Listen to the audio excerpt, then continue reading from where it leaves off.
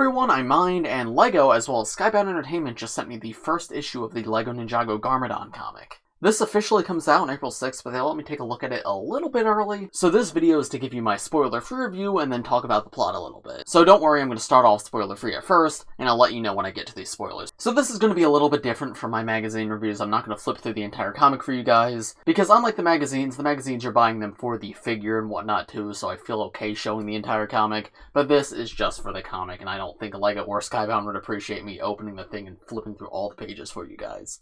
But they did give me a few pages I could show to you, so I'm going to put some of them on screen as I'm talking. But my short spoiler-free review of this comic is, I did like it a lot. The first issue was very exposition-y, there's not too much going on. It establishes a lot that's probably going to become important later on in the comic. However, there is very little actual action and whatnot in this issue. The art in these comics is really cool. It reminds me a lot of the art style from LEGO Monkey Kid. I don't believe it's in one of the panels I can show you, but there's this one frame of Garmadon towards the end that looks straight out of Monkey Kid, and the Monkey Kid art style is absolutely beautiful, so I love seeing something very similar here, and it's cool to see the Ninjago characters done in that style. You can see in front of me I have two different covers for the comic. That's because the comic is actually releasing with variant covers. So this one right here, this is the standard variant of the comic. However, they also sent me this one, which has Garmadon with the Great Devourer, which looks awesome. And there's a few others being released too. I'll put pictures of some of them on screen right now. The content inside the comics themselves are exactly the same. The only difference is the covers. But it's still cool to get all these variants. It kind of makes me want to collect all of them, but I probably will not end up doing that, because if I start it, then I'll have to do that with all the other issues, and that'll cost a lot of money for me down the line. But regardless, I do appreciate Skybound sending out two different covers. Before we move out of spoiler-free talk, I'm curious how this is going to tie into the TV show. It definitely looks like it's meant to take place within the real canon. However, it does establish some new lore and whatnot. And if rumors are to be believed, Garmadon's supposed to appear in the next season of the show, so I'm curious if these comics are going to tie in directly. But yeah, as a whole, I was happy with this first issue. Again, nothing too exciting happens, it's a lot of exposition, but it sets up some really cool stuff and I'm excited to see where it goes. So speaking of, and now let's get on to the spoiler talk. So the issue begins by giving us some of Garmadon's backstory, and you get to see some iconic moments from Ninjago recreated in this art style, and it describes a Garmadon struggle between being good and being evil after the events of March of the Oni. And then it transitions out of the backstory and into like the current time. Here we get the main bit of action where Garmadon actually fights himself. And this other version of Garmadon that Garmadon fights is sort of like the manifestation of all of his insecurities. As they're fighting, the darker version of Garmadon is like telling him what a failure he was. However, then it's revealed that this entire fight scene was nothing but a dream, so then Garmadon gets up and continues walking into the wilderness. The comic shows Garmadon like focusing on surviving, collecting food and whatnot, and then when he's settled down at a campfire, he comes across a young girl and her mother. They're out in the woods harvesting tea leaves and a bear starts to attack them. So Garmadon then jumps in to fight the bear. However, it's here that Garmadon discovers his powers are not working in their entirety.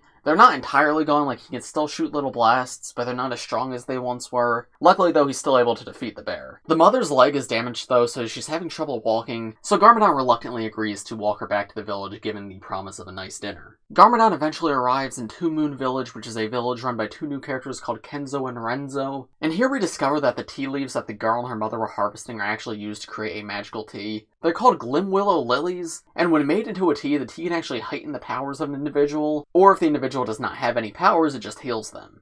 So, for example, the tea is given to the mother and it heals her leg, but when Garmadon drinks the tea, his powers come back and they're even stronger. Renzo and Kenzo then tell Garmadon that the lilies can only be harvested during a full moon. However, harvesting is difficult because there is a bear guardian named Kuma who attacks them. They ask Garmadon for his help in taking down Kuma, and then in exchange they offer him a bunch of Two Moon tea. Garmadon accepts this offer because he's convinced that with the power of the tea, he'll be able to conquer Ninjago once and for all. However, Renzo and Kenzo also mention this group called the Red Crows. And after the mention of the Red Crows, it cuts away to Ultraviolet off in the distance. It's then revealed that she's working for a new character called Lord Mogra, who seems to be wearing Garmadon's helmet after he discarded it after the end of March of the Oni. Lord Mogra is the leader of the Red Crows, and it's not really revealed in this comic what their plan is. We just know Ultraviolet is working for him and they want this tea. I'm very curious about the Red Crows. I'm sure they'll have a greater focus in the later issues of the comic, and I'm curious if they tie into the TV show at all. Like, what if it turns out they're the reason the Vengestone Buyer exists or something? Because this comic takes place right after Season 10.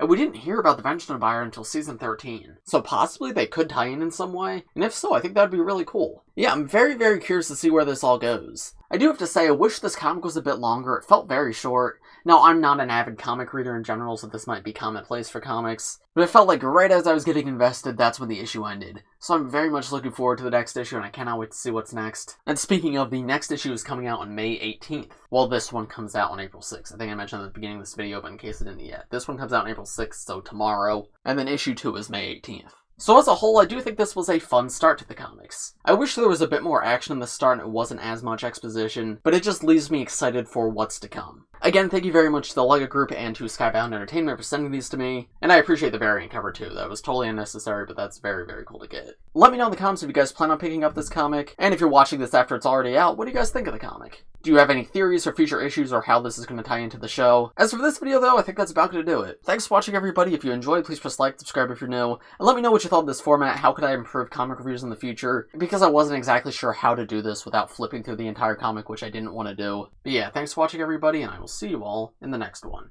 Bye.